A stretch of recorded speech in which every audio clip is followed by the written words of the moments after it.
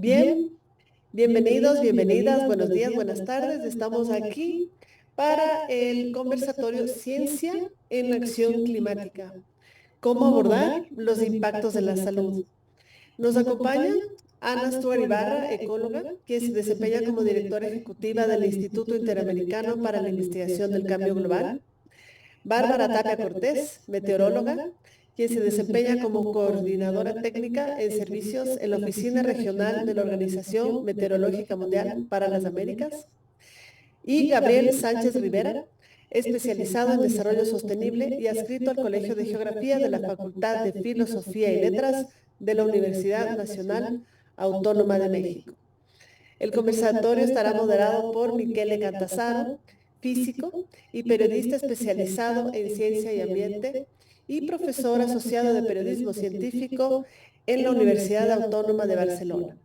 Él colabora con medios como Nature y Science. Muchas gracias a todas y todos por estar aquí el día de hoy. Adelante, Michele.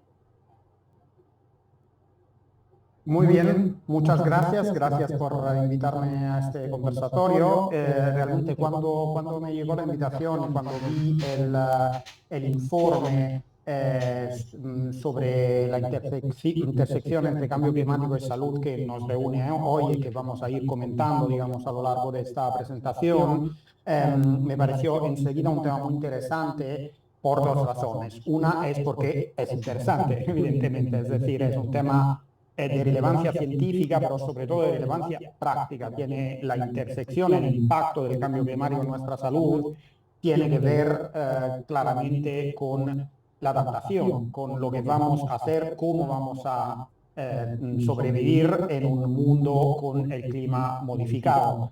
En lo referente a lo más íntimo y lo más personal, como es nuestra salud. Pero también me pareció interesante desde el punto de vista de mi especialidad específica, la comunicación de la ciencia, porque como quizás sabéis, durante muchos años el cambio climático se ha pintado un poco como este problema de ese oso blanco colgando de un iceberg en el polo, ¿no? Como algo remoto, algo afecta al ambiente percibido como algo distinto a nosotros, a la humanidad.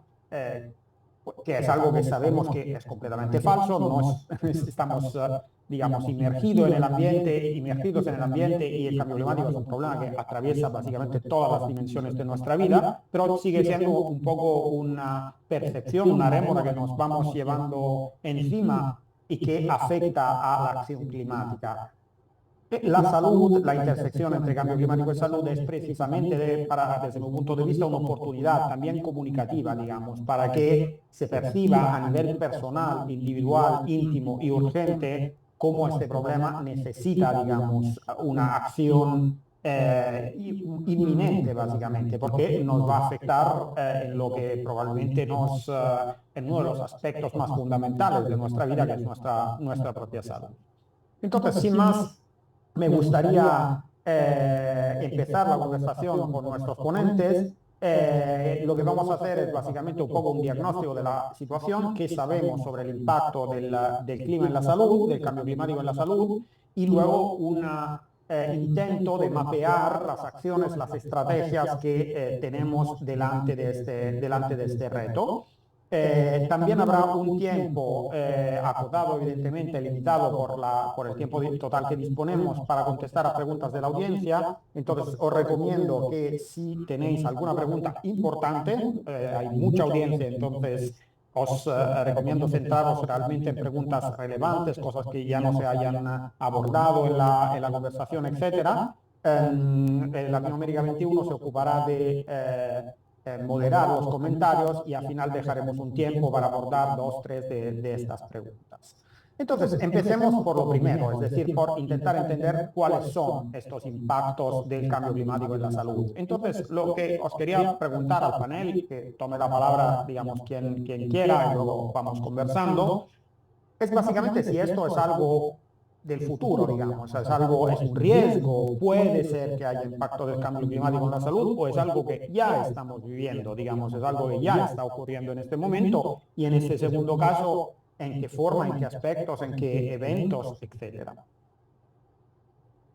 Quien quiera, que tome la palabra. Hola, Miquel, si se me permite, me encantaría poder comentar sobre datos concretos y realmente el cambio climático, cómo está afectando a la salud, ya está con nosotros y ya está hace bastante tiempo. Lo que pasa es que a veces somos un poco ciegos en ver los resultados o las afectaciones. Tengo como cosas concretas dos reportes de la Organización Meteorológica Mundial, tanto sobre servicios climáticos enfocados en la salud, que fue lanzado durante la COP del año pasado en Abu Dhabi, sobre salud en noviembre del 2023, y el reporte del estado del clima para Latinoamérica y el Caribe para el 2023, que fue lanzado recientemente los primeros días de mayo, en donde en ambos se considera que mayormente las afectaciones hacia los aumentos de la temperatura a nivel global y también regional, el 2023 ha sido el año más cálido registrado hasta el momento. Ahora no sabemos aún, porque no ha terminado el 2024, cómo puede ser, pero el 2023 fue mayormente cálido, principalmente por el fenómeno del Niño, que afectó rápidamente desde abril del 2023 y se mantuvo hasta hace un mes atrás, que ya estamos en el proceso de más bien cambiando o migrando hacia la Niña.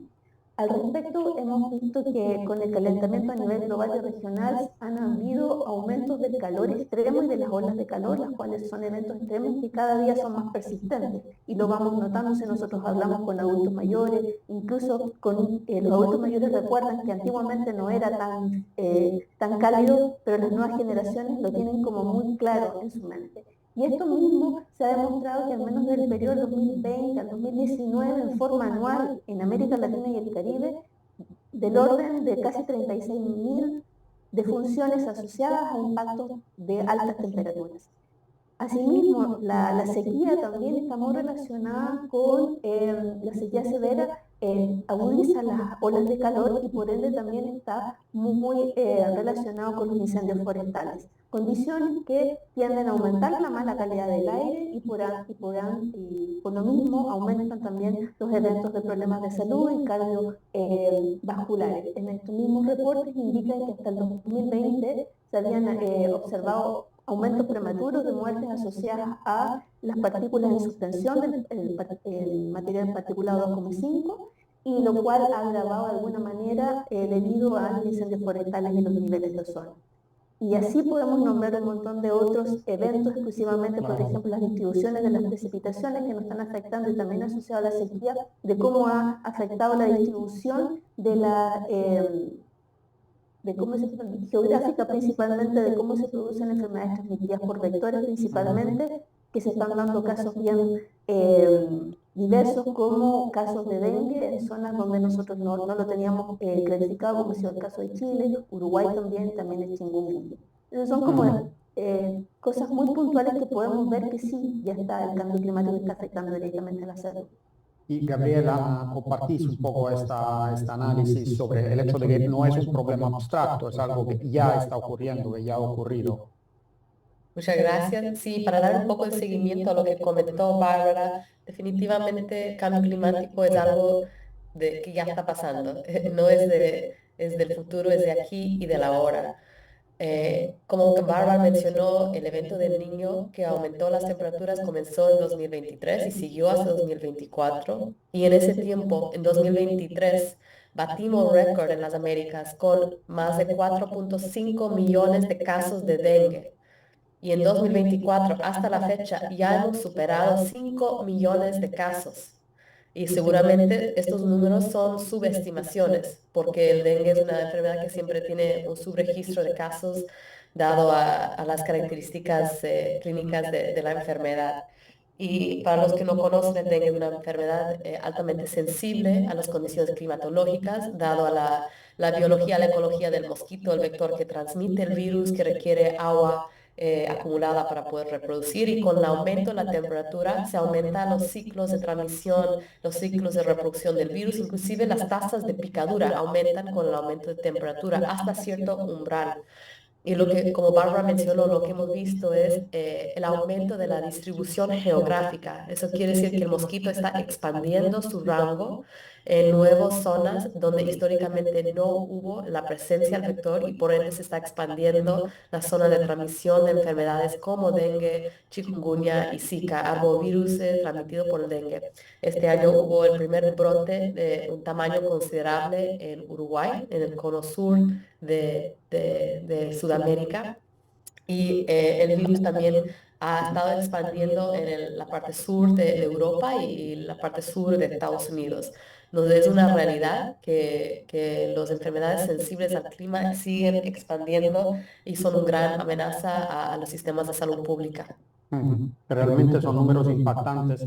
Gabriel, tú eres coautor de un capítulo del reporte que va de un aspecto concreto entre estos diversos que hemos ido comentando. Ahora los vamos a ir desgranando un poco, que es el aspecto de alguna forma más obvio, ¿no? El calor, el hecho de que vamos a experimentar, bueno, de hecho, estamos experimentando ya unas temperaturas totalmente anómalas, ¿no? Hemos visto recientemente en la India, pero digamos, solo básicamente cada año tenemos casos absolutamente fuera, digamos, de la dimensión habitual.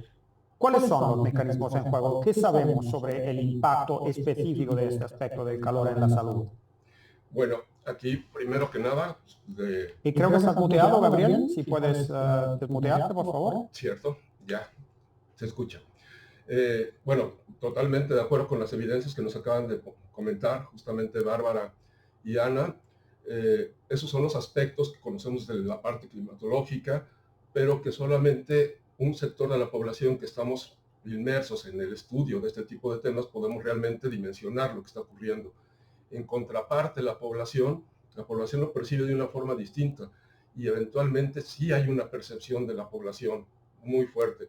La población está comenzando ya a sentir los efectos justamente de este cambio, particularmente en cuestiones de calor, y esto viene asociado no solo al aumento de la temperatura per se, sino que es el contexto del el diseño y el desarrollo urbano, ¿no? Los determinantes urbanos en los que la población se desenvuelve.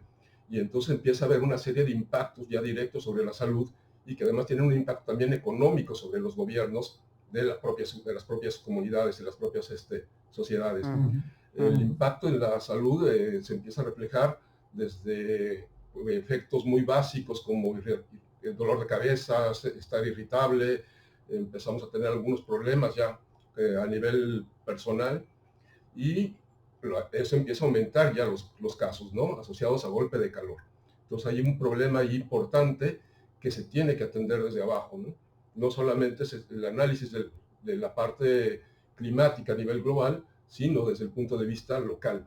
Y cada comunidad tiene características particulares, porque no se han implementado las medidas de mitigación adecuadas, ¿no?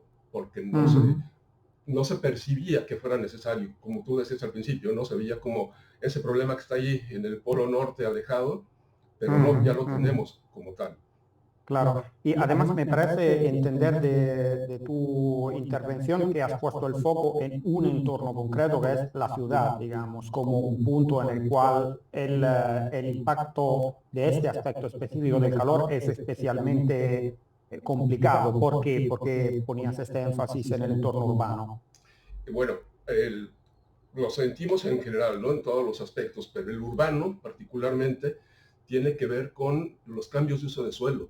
Hay una falta de arbolado urbano, a diferencia de las zonas rurales o las periferias de la ciudad, donde el viento corre, o sea, tenemos zonas abiertas o amplias para que el viento corra, hay sombra, pero en la ciudad no, en la ciudad tenemos toda una infraestructura con base concreto, asfalto, que lo que están sirviendo son como baterías, no están almacenando, son almacenadores del calor, y cuando cambia hacia la noche, todo ese calor se desprende.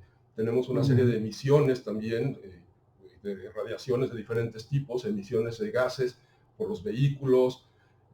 Entonces, la sensación dentro de la ciudad es mucho más complicada. No tenemos una infraestructura que permita contar con zonas de frescor para la población. Entonces, eso también va complicando. Y aquí viene otro aspecto. Muchas de las medidas que siempre, o de los focos de atención, están puestos en los adultos mayores y en los niños menores, ¿no? Porque evidentemente son mucho más susceptibles en cuanto a sus capacidades físicas. pero se nos está olvidando la gente que está en medio, los trabajadores. Este trabajador que se mueve todos los días, que tiene que salir para ir a su trabajo, y durante ese proceso, ese periodo del traslado, no cuenta con zonas para donde se pueda refrescar, los paraderos donde llegan los trabajadores para esperar el autobús que los lleva a sus centros de trabajo, pues no tienen la sombra adecuada, por ejemplo, no hay infraestructura para hidratarse, o sea, no tenemos bebederos públicos, y entonces eso se vuelve mucho más complicado. Y entonces también hay un problema ahí desde el punto de vista económico, porque estamos afectando a la mano de obra, ¿no? El trabajador, que es el que hace funcionar a las ciudades. Sí, quizás hay este nombre del efecto isla de calor, ¿no? Que es este fenómeno que estaba describiendo, corrígeme si me equivoco, ¿no? Esta acumulación extra, es decir, en la base de un clima que se está calentando, en la ciudad ya partimos con esto. Me parece que Ana quería comentar algo sobre esto, lo estuvimos hablando. Adelante, Ana. Gracias. Un comentario rápido. Estoy totalmente de acuerdo con lo que comparte Gabriel, pero también quería resaltar el impacto del calor en las poblaciones rurales, especialmente en áreas agrícolas, y los estudios que se están mostrando, especialmente en Centroamérica, sobre el gran impacto en la enfermedad renal crónica y el riesgo que está aumentando de temas de salud ocupacional, personas que la están laborando afuera en temas de construcción, de agricultura, que están expuestos a altas temperaturas que cada año son más altos. Y hay una necesidad urgente para legislación y normas para proteger la salud de los trabajadores. Muy interesante, muy importante. Es decir, aquí no hay un entorno que esté a salvo, digamos, ¿no? Es decir, aunque pongamos el foco en las especificidades de cada entorno en la ciudad por la isla de calor, aquí tenemos, por ejemplo, otro entorno donde hay otra especificidad, que es el hecho de trabajar mucho en el exterior, que tiene estos impactos. Bueno, sí, adelante. Justamente, ¿no? Coincido con lo que decía Ana, y es el punto que yo decía. Es el trabajador al que no estamos tomando en cuenta, ¿no? Este sector de la población económicamente activa es población mucho más fuerte, aparentemente con mejores condiciones de salud, pero son más vulnerables porque están más expuestos justamente. Entonces también no hay que perder la atención sobre ese sector. Esta exposición. Vale, entonces, Bárbara, no sé si quieres comentar algo más sobre este aspecto. Si no, me gustaría acabar de hacer un poco el mapeo, que ya lo habéis esbozado, ¿no? De los diversos impactos. Es decir, más allá del impacto como más obvio y más directo que es el calor, ¿cuáles serían las otras vías, digamos, maestras por las cuales el cambio climático está teniendo un impacto en la salud? Ya han salido varias, el tema de las enfermedades por vectores, por agua, supongo de seguridad alimentaria, no sé, puedes acabar de darme el mapa, digamos, de las rutas. Bueno, todo eso y además, solamente complementando lo que decía Gabriel, hay cosas que tampoco le estamos considerando y no en todos los países se miden. Por ejemplo, los valores de radiación ultravioleta que tenemos cada día, al menos en la zona más bien del Ecuador, donde tienes 12 horas de luminosidad, donde se empieza a trabajar muy temprano en el día, donde la gente está expuesta a insolación y no hay ninguna precaución al respecto. Y como decía Gabriel, es cierto, no tenemos ninguna visión con respecto a ese grupo etario donde el que trabaja, que labora y que realmente está muy ligado con la parte más bien del aumento socioeconómico de cada país para ir manteniendo la estructura. Así que creo que también afecta mucho también en la nutrición. Bueno, yo en esa parte no soy mayormente experta, pero también no nos olvidemos que los eventos extremos no solamente están enfocados a altas temperaturas, también tenemos, por ejemplo, el aumento de tormentas tropicales o aumentos de precipitación, donde hay inundaciones asociadas al respecto. Entonces creo que tenemos que empezar a ir trabajando y hay una mirada mucho más completa, donde podamos ir centrándonos principalmente en las personas. Y ahí puedo poner un poco el foco en los sistemas de alerta temprana, donde todos los países tienen que ir trabajando y avanzando para ir protegiendo a sus poblaciones. Sí. Ahora vamos a ir allá, pero estaba Ana poniendo en el canal de comentarios todo un mapa bastante interesante. Si quieres comentarlo un poco, estos diversos impactos que ibas citando. Sí, bueno, gracias. Creo que Bárbara ya lo tocó, solo no vamos a profundizar para mencionar otros impactos, temas de calidad de aire que afecta Ujú, la salud respiratoria, temas de ujú, nutrición que hemos hablado, o la desnutrición, salud mental, el impacto en la salud mental con respecto a las familias, por ejemplo, afectados por eventos extremos, que están desplazados, y además los daños y heridas, muertos por eventos extremos. Salud ujú, mental también vinculado con la pérdida, por ejemplo, con los entornos naturales a los cuales tenemos una conexión social, espiritual y cultural, la pérdida de glaciares, montañas, cuerpos de agua. Hay todo un contexto salud mental que recién estamos comenzando a contemplar y dentro del último reporte del IPCC, cuando hicieron el análisis de ver las evidencias para Latinoamérica, no hubo evidencias sobre los impactos de salud mental y cambio climático. Entonces es un campo muy importante de comenzar a indagar y generar evidencias y políticas.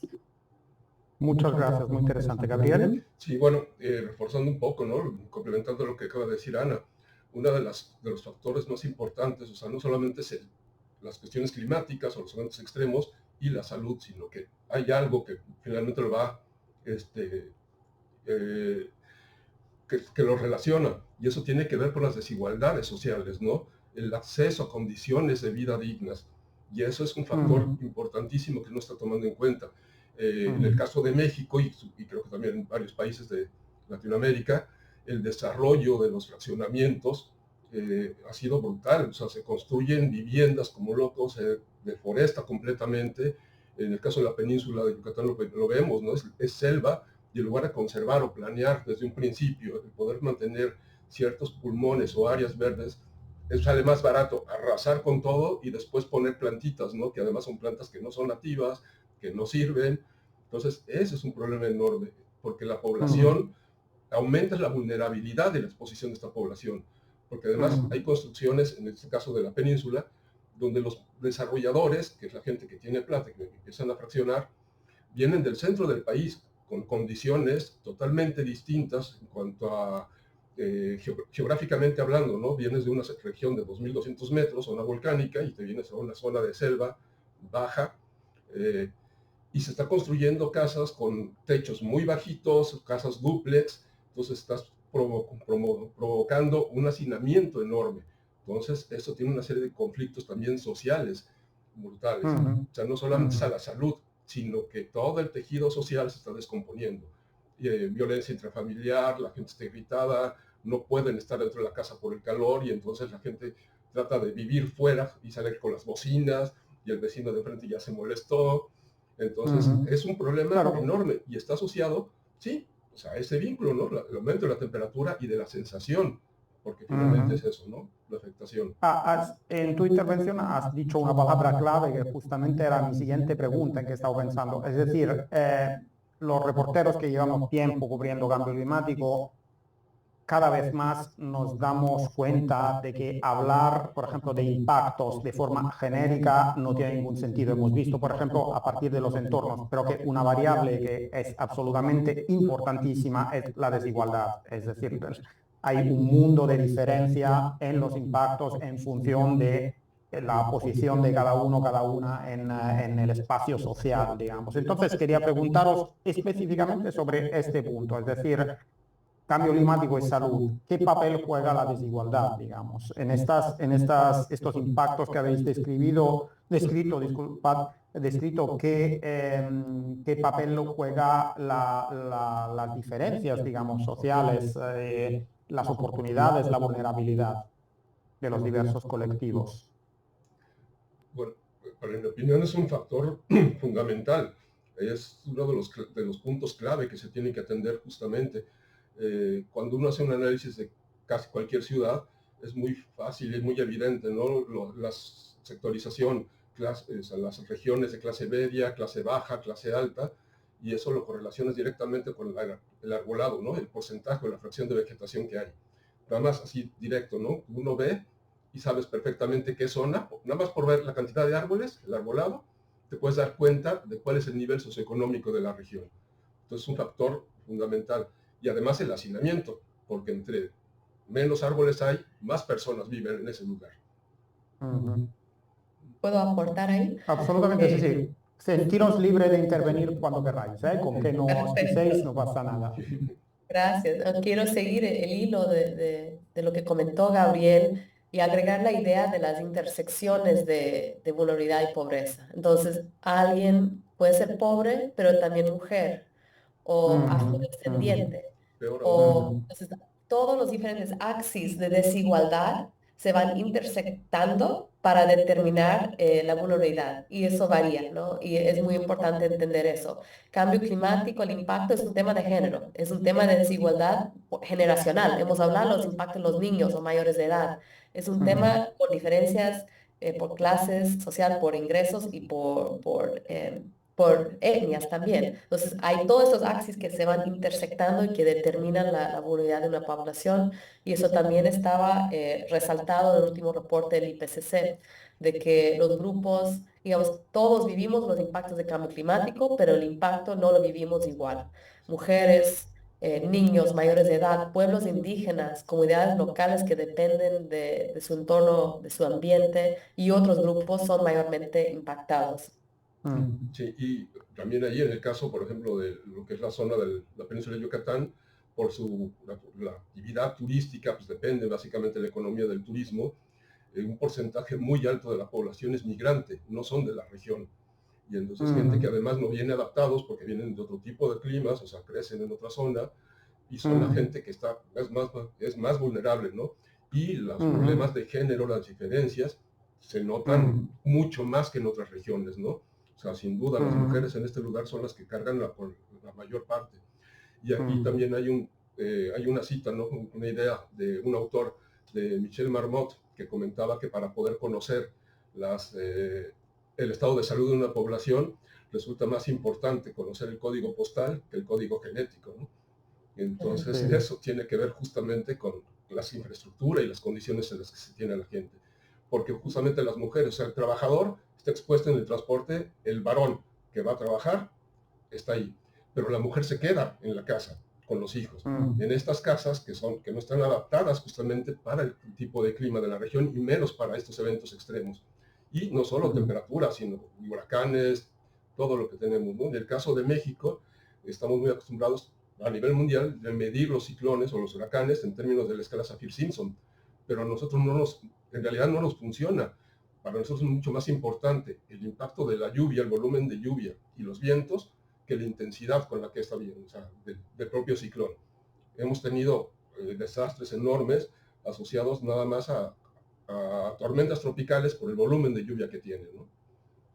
Ese me parece un ejemplo súper interesante, ¿no? De cómo aplicar unas medidas transversales en las diversas regiones del mundo o en las diversas capas sociales, bueno, en este caso a nivel más regional, geográfico, digamos, puede ser muy problemático, ¿no? Es decir, no porque sea una medida objetiva y científica se adapta a cada entorno, realmente muy fascinante. Sí, entonces, bueno... Perdón, en el caso de Quintana Roo, nada más, muy rápido, en el 2020 tuvimos 4 ciclones. Uno de ellos fue una tormenta tropical y 3 huracanes que entran por el Caribe. La tormenta tropical Cristóbal dejó más lluvia, más agua que los 3 ciclones juntos, ¿no? Pues hay más afectaciones. Entonces... Venga, perfecto. Estamos en el ecuador, digamos, de la conversación, entonces, y hemos dicho muchas cosas un poco duras, digamos, ¿no? Muchos números grandes, impactos preocupantes, etcétera. Digamos que estamos en un buen lío, pero si algo hemos aprendido, la gente que comunica sobre cambio climático, que no nos podemos limitar a describir la situación, sino que una parte fundamental es también contestar a la pregunta ¿y ahora qué? ¿Qué vamos a hacer con esto, ¿no? Y me parece que también la comunidad científica está cada vez más centrada un poco en la búsqueda de soluciones, en el compromiso con las acciones, en hacer este trabajo de proponerle a la sociedad un abanico de opciones que luego, digamos, democráticamente hay que elegir y llevar a cabo para al menos, digamos, adaptarse, al menos reducir, acotar los impactos negativos que inevitablemente vamos a sufrir por la propia inercia, digamos, del cambio climático. Entonces, quisiera dedicar la segunda parte de nuestra conversación a este aspecto. Entonces, dejadme preguntar así, una pregunta abierta para los tres panelistas, es decir, qué acciones creéis que son las más importantes para contener los cambios, el daño del cambio climático en salud? Digamos que cada uno que me diga una o dos, digamos, que considera que son las más relevantes. Cada una, me refiero. Igual, Bárbara, si quieres empezar tú.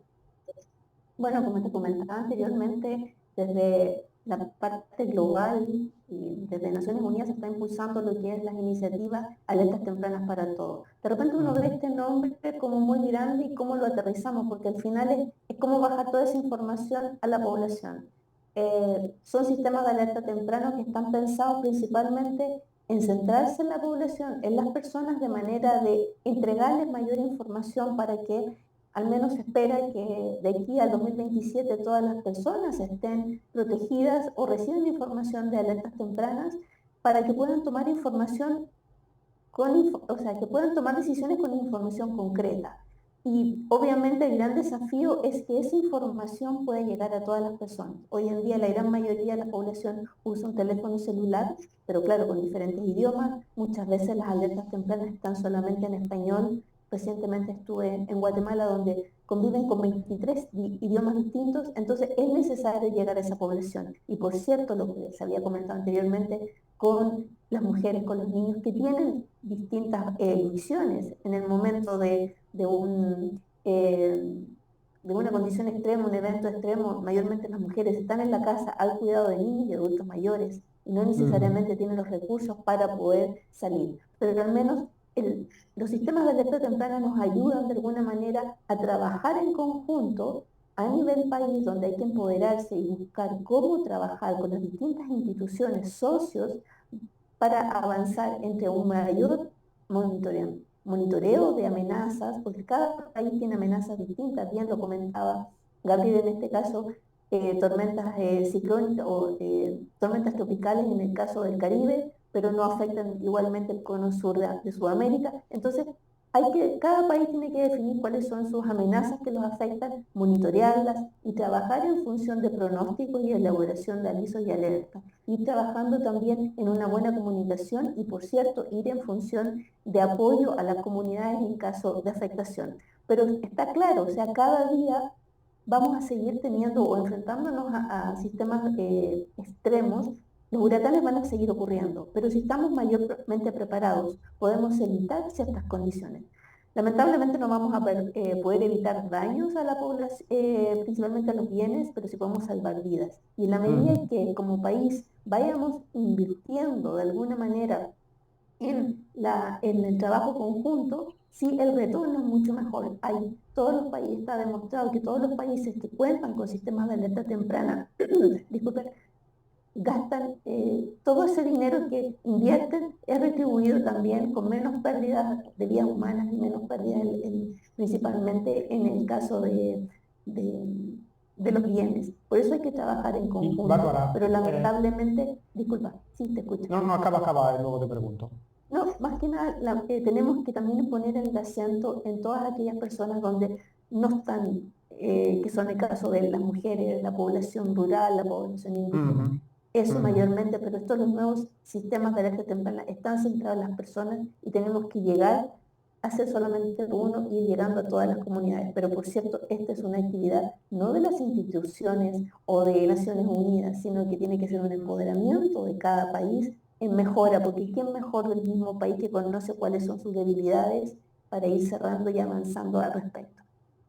Sí, te quería hacer una pregunta, sí, quizás de ingenuo, pero intento yo también ponerme en la posición de la audiencia, ¿no? Es decir, cuando la imagen que tenemos de la alerta temprana, el paradigma típico es el tsunami, ¿no? Es decir, llega un tsunami, hay una campanita advirtiendo a la gente que está en la playa.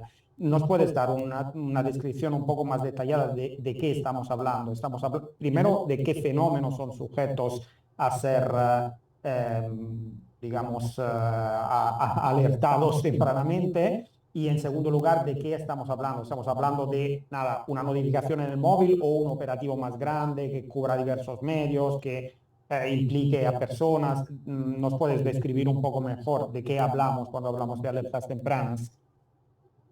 Todas ellas. No, lo que pasa es que va a depender de cada país. Yo soy chilena, acostumbrada a los terremotos, también a los tsunamis. Entonces, la población se enfrenta a distintas cosas. Pero dependiendo de donde estén ubicadas, va a ser esa alerta o esa amenaza que se van enfrentando. Pero tampoco, normalmente, la Oficina de la Reducción del Riesgo de Desastre de UNDR clasifica las amenazas en 8 clústeres. Las hidrometeorológicas son las que nosotros más conocemos y las que nos afectan diariamente. Aumento de temperatura, aumento de precipitaciones, sequía, un poco de eso. Pero también hay amenazas de tipo biológico, geológico, químicas, extraterrestres. Hay un sinfín, pero lo importante es que cada país esté preparado para poder otorgar de alguna manera este tipo de avisos y alertas, porque principalmente la amenaza no es solamente independiente, puede ser en forma simultánea o en cascadas. Durante la época de la pandemia, en el caso de San Vicente y las Granadinas también hubo una erupción volcánica y ahí hay que empezar a ver dónde, si tengo que evacuar a las personas, pero tengo que pensar en que cuando estábamos en plena pandemia no podíamos estar en un lugar gente reunida. Entonces, ¿cómo unes estas dos cosas? Porque tiene dos amenazas. La idea es que avancemos en que obviamente cada país tiene que definir cuáles son sus amenazas que lo afectan más fuertemente, que la gente también vaya aprendiendo a entender y recibir las alertas desde instituciones que son realmente reconocidas, porque también tenemos el problema de las noticias falsas que nos falta a través de las redes sociales, que a veces diseminan un montón de cosas que se va a acabar el mundo, no siempre ocurre así. Estar pensando principalmente quién te emite el aviso, la amenaza, créelo, pero sí utilizar los medios de hoy en día, la telefonía, los mensajes de texto, un sinfín de cosas que te van ayudando y por eso tampoco hay que dejar de lado las sirenas en el caso de un tsunami, pero todo ese tipo de cosas se va uniendo. Es una mezcla de cosas, no lo podemos diferenciar y poder decir solamente es este el que me afecta. Y también como hablábamos tempranamente de todo esto, y también hay amenazas de tipo biológico porque antiguamente nunca pensamos que iba a pasar algo como el COVID. Y eso también es una amenaza. Vale. Ana. Sí, solo iba a complementar lo que comentó Bárbara y dar unos ejemplos puntuales de salud. En la región hoy en día se están trabajando con sistemas de alerta temprana para el sector de salud pública relacionados con, por ejemplo, olas de calor en Buenos Aires o sistemas tempranos para epidemias de dengue, por ejemplo, en Brasil. Entonces, estos son modelos normalmente que incorporan información epidemiológica, que quiere decir de los casos de la enfermedad a través de los sistemas de monitoreo y vigilancia epidemiológica del país, con los pronósticos estacionales de clima y las observaciones de clima, de la lluvia y la temperatura, para después generar un pronóstico, una probabilidad, digamos, que dice cierta probabilidad de que hay alto riesgo, medio riesgo o bajo riesgo. Puedes concebirlo como un semáforo, ¿no? Rojo, amarillo o verde. Y esos umbrales tienen que ser definidos entre el sector de salud pública con los que están desarrollando los modelos. Digamos, es un tipo de análisis previo que se hace para saber después qué acciones se desencadenan. Y ahí es donde es muy importante, no solamente son las alertas, son todos los planes de acción temprana que se desencadenan cuando se emite la alerta.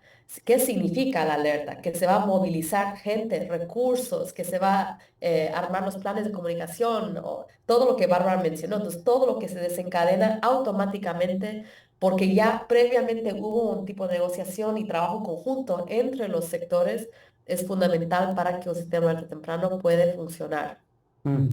Más allá de las alertas tempranas, ¿qué acciones, digamos, destacaríais? Sé que hay un catálogo prácticamente infinito, pero os estoy pidiendo un poco hacer un mapa para que la gente se vaya de esta reunión con ganas de leer el informe, que por cierto está enlazado en los comentarios, y de inspirarse y de saber, digamos, tener también un poco una agenda, ¿no? Incluso que diría que política, digamos, de acciones que se podrían hacer. Gabriel. Bueno, de acuerdo con lo que acaban de comentar, Yo quiero dejar aquí una primera idea, ¿no? O sea, subrayar los desastres no son naturales. Eso es una idea que tenemos que dejar clara. El desastre social es la sociedad la que se pone finalmente en condiciones de vulnerabilidad y riesgo ante los fenómenos naturales como tal. Un sistema de alerta temprana va a tener muy poca eficiencia si no hay una contraparte, y esa contraparte es la inversión, poderlo conocer.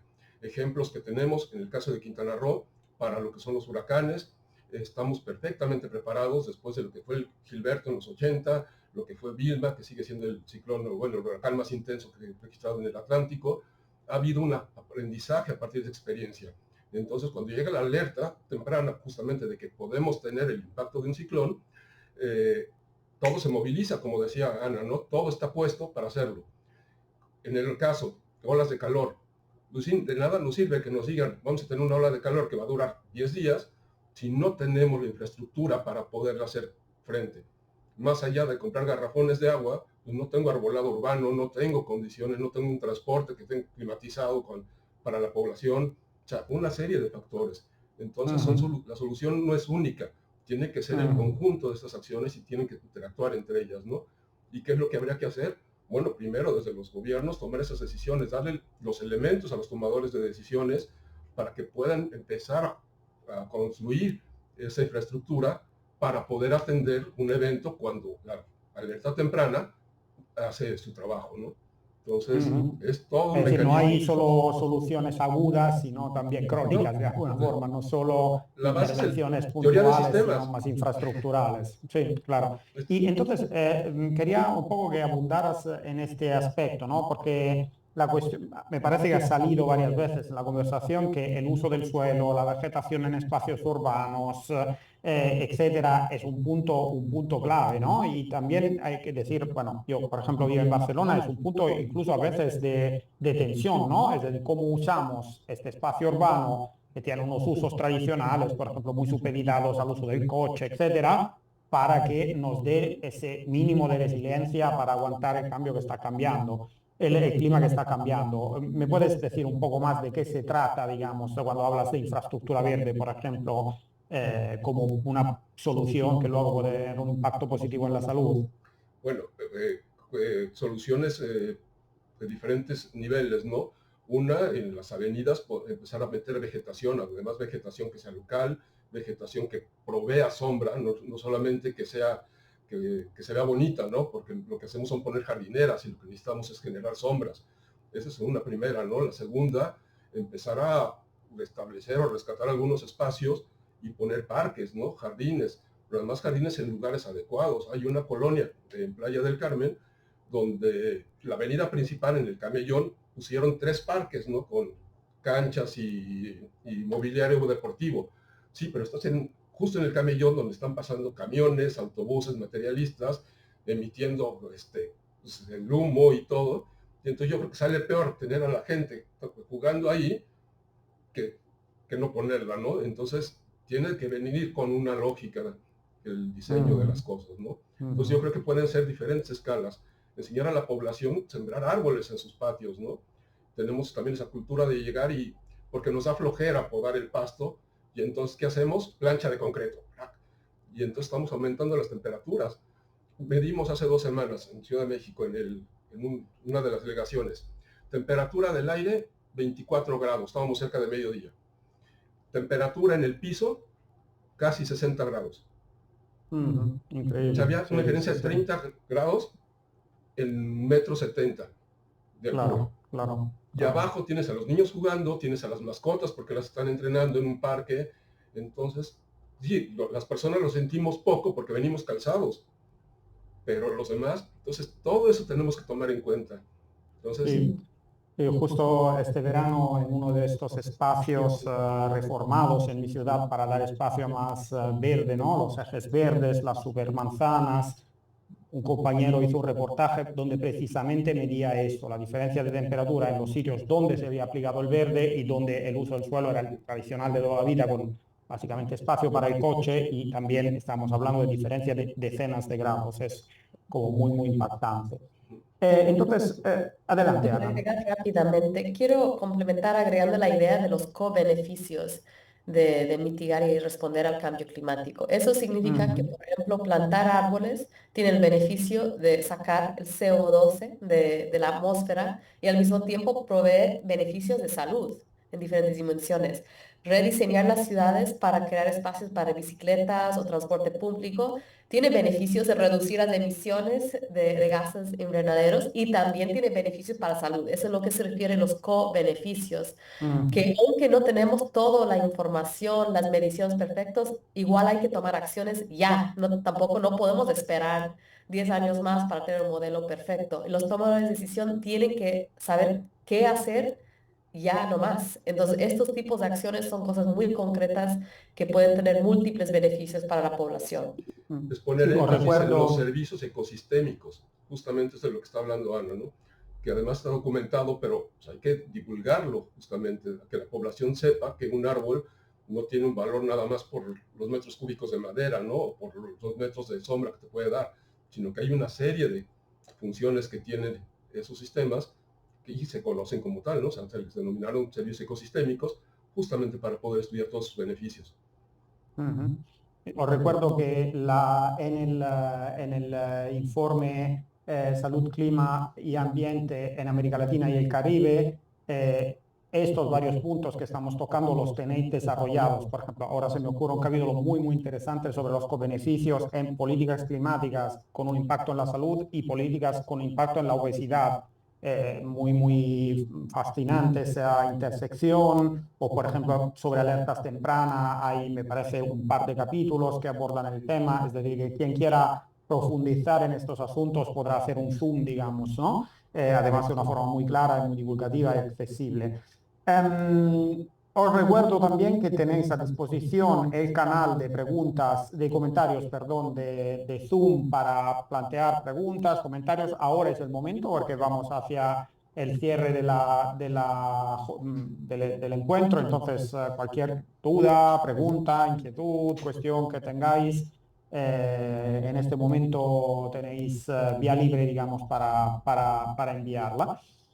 Entonces, bueno, estamos yendo progresivamente hacia lo más operativo, ¿no? Lo más, diría que incluso político, ¿no? Es decir, qué acciones realmente colectivamente tenemos que hacer, ¿no? Para abordar esta cuestión. Entonces, quería preguntaros esto, es decir, si tuvierais poneros en una posición de, digamos, consejeros o recomendadores de policymakers, digamos, sea a nivel municipal, regional, nacional o incluso global. Elegid vosotros cuál es vuestro nivel. ¿Cuáles serían vuestras sugerencias principales? Si pudierais así decirle en la oreja a, no sé, el próximo presidente de vuestro país o la próxima presidenta de vuestro país o el próximo alcalde de vuestra ciudad o alcaldesa, que veis como la medida más urgente, lo que os gustaría ver en su programa electoral, etcétera, ¿qué comentaríais? Bueno, hacemos un poco de carta a los reyes, ¿no? Rápidamente diría, es fundamental desarrollar su Plan Nacional de Adaptación para el sector de salud. Sus siglos en inglés lo llaman HNAPS, Health National Adaptation Plan, porque sin eso es muy difícil de movilizar los fondos internacionales, los fondos verdes, fondos de cambio climático que se necesita para después implementar todas las medidas que hemos conversado. Muy interesante, es decir, si hacemos un checklist de cosas para mirar en los programas electorales, quizás esto es una cosa importante. En regiones como el Caribe mexicano, donde comentaba que todo es turístico, pues lo primero que hay que decir al alcalde o la alcaldesa es que la ciudad tiene que estar construida para ser vivida, que no son poblados de apoyo. Y eso es lo que nos ocurre en muchos lugares, ¿no? Todo lo que es la periferia se considera como poblado de apoyo. Estas desigualdades donde se manda a los trabajadores hacia estos conjuntos habitacionales terribles por las condiciones en las que están, no se conciben como ciudades, o sea, no están hechos para que la gente viva y disfrute su ciudad. Son simplemente poblados de apoyo, entonces eso hay que cambiarlo, ¿no? Y eso implica poner ese tipo de infraestructuras básicas que son arbolados, zonas de sombra, bebederos, para poder atender las circunstancias, ¿no? O sea, en todos los sentidos. Y no solo para calor, sino para todos los eventos extremos a los que está expuesto cada ciudad en particular, como comentaba Bárbara en un inicio, ¿no? Entonces hay que conocer la ciudad, su contexto y cuáles son sus implicaciones, sus vulnerabilidades y riesgos, y actuar en función de eso, ¿no? Entonces te refieres realmente a políticas urbanas de igualdad, digamos, a nivel urbano, de diseño de la ciudad, etcétera. Bárbara, Rediseñar ¿cuál es nuestras tu... ciudades. Bueno, ¿Cuál en es mi tu carta a caso, los reyes? más que nada, la Carta de los Reyes sería un llamado a atención. El cambio climático está ahora aquí y, no, y las condiciones no van a cambiar. Cada día se está haciendo más caliente el terreno que estamos viviendo y tenemos que saber adaptarnos y saber convivir con ello. Como lo decía Gabriel, tenemos que vivir en las ciudades. No es que estamos de visita. Y entonces tenemos que buscar la forma de ir atendiendo a todas esas personas, no solamente una parte de la ciudad que necesita vivir bien. Todos tenemos derechos. Y las alertas tempranas no son un lujo, es una obligación que tenemos que tener todas las personas, que por lo menos ciertas condiciones para poder vivir mejor. Ese es principalmente mi llamado a la atención. Muy bien, hay una pregunta desde el chat para Ana. Conocí una aplicación para la estimación de desarrollo de dengue desarrollada por el IAI. Me gustaría conocer cómo tengo acceso a ella y evaluar su implementación en nuestro país. Tendría que tener un poco más de detalle para saber exactamente, pero puedo comentar que estamos trabajando con el Caribe, con la CARFA, la Caribbean Public Health Authority, la Autoridad de Salud Pública del Caribe, y con algunos países, incluyendo Barbados, Santa Lucía y Granados, para desarrollar modelos de pronóstico de dengue para los países, usando lo que se llama, perdón, voy a cambiar a inglés, Forecast-Based Modeling, modelos basados en pronósticos, que es una estrategia puntual. En este momento se está trabajando con los actores nacionales en esos países para buscar las plataformas más adecuadas para poder implementar ese modelo. Y próximamente va a haber más información. Si están buscando herramientas, sugiero que revisen un reporte que publicamos el año pasado con el Wellcome Trust, donde hicimos un análisis global de todas las herramientas para modelar enfermedades sensibles al clima, herramientas existentes hoy en día que son libres de acceso libre. Hicimos un análisis, catalogamos, son más o menos 30 herramientas y voy a pedir a Irene que pone en el chat el link a ese reporte que pueden descargar y revisar esas herramientas. Perfecto, gracias Irene. Entonces, han entrado varias preguntas. Os pido, digamos, dar una respuesta concentrada. Igual cada uno puede, digamos, contestar a la pregunta más cercana. Entonces, ¿cuánto sabemos de los impactos sobre la salud de las poblaciones indígenas, particularmente afectadas por la consecuencia del cambio climático? ¿Quién quiere contestar?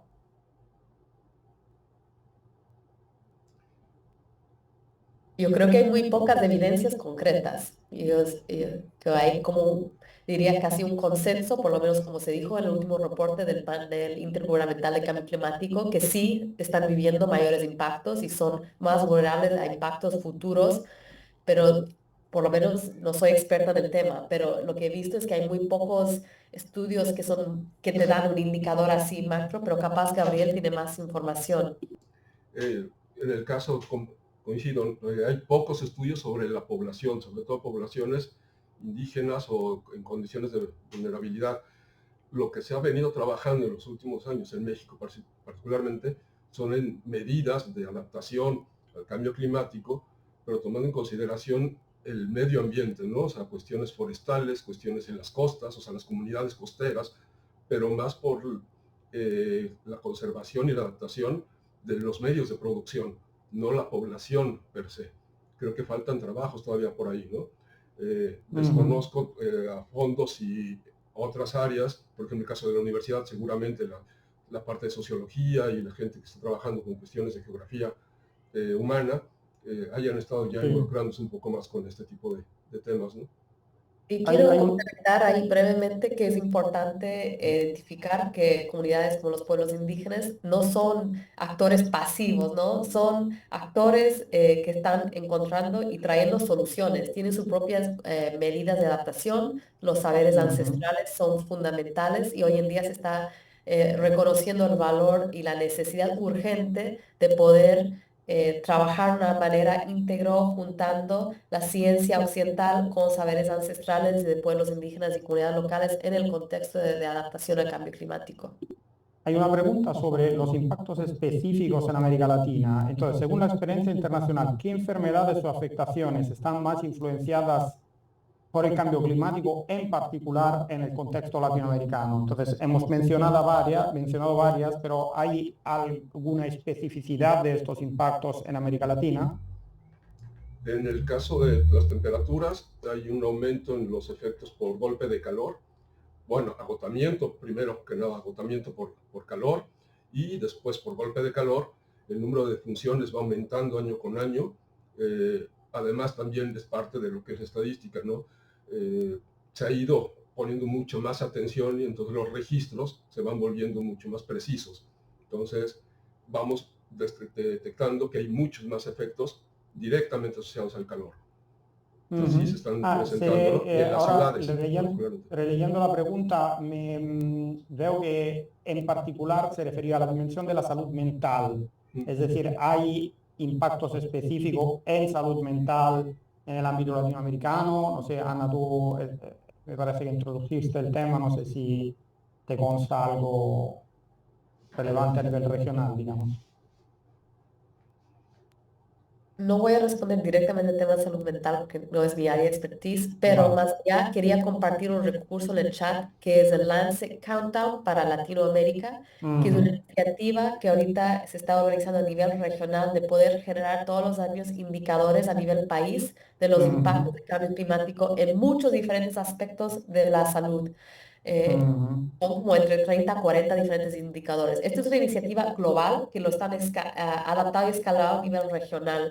Y Irene va a compartir con ustedes en el chat. Ahí pueden ver indicadores mucho más específicos por muchas diferentes dimensiones de los impactos del cambio climático en la salud. Otra pregunta. Si debiéramos decir en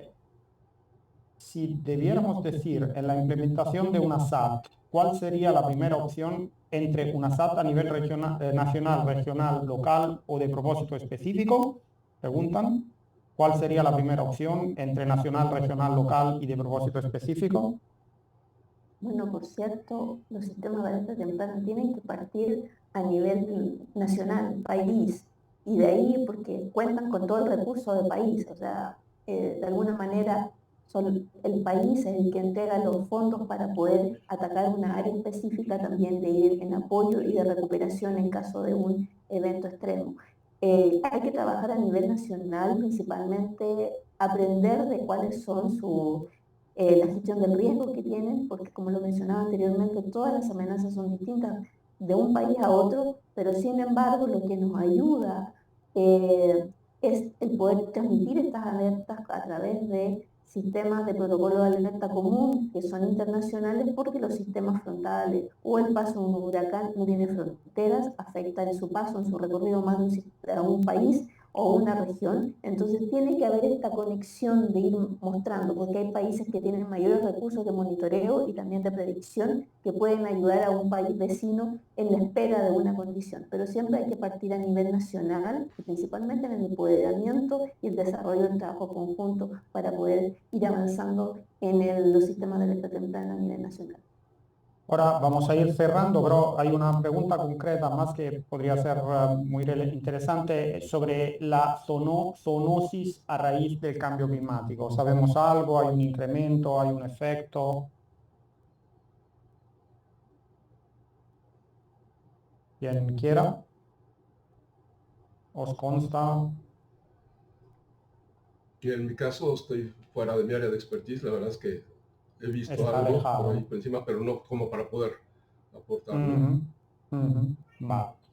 Entonces, bueno, para cerrar, aprovecho, digamos, una pregunta que nos han puesto para daros, digamos, paso a una ronda de intervenciones final, que es una pregunta así un poco universal, ¿no? Dice, y impactante. Dice, de acuerdo con las intervenciones y a pesar de todo lo que se puede hacer para revertir la situación actual, ¿es correcto decir que no se puede controlar la generación de pérdidas sociales y de infraestructura?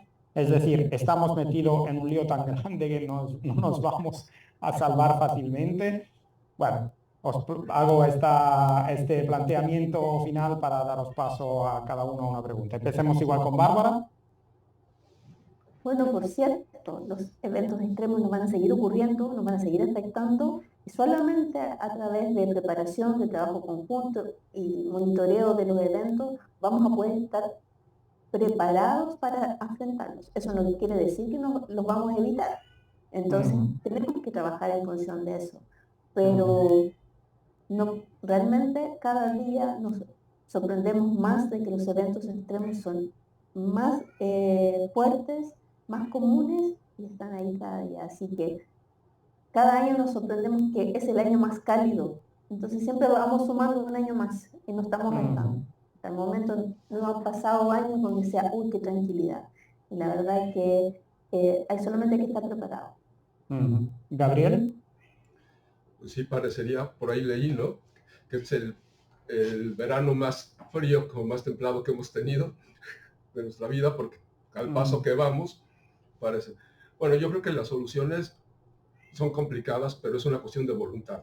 Voluntad en todos los sectores. O sea, necesita la voluntad de las autoridades, de la sociedad organizada como tal, de las instituciones académicas, la voluntad y la vinculación entre todos, ¿no?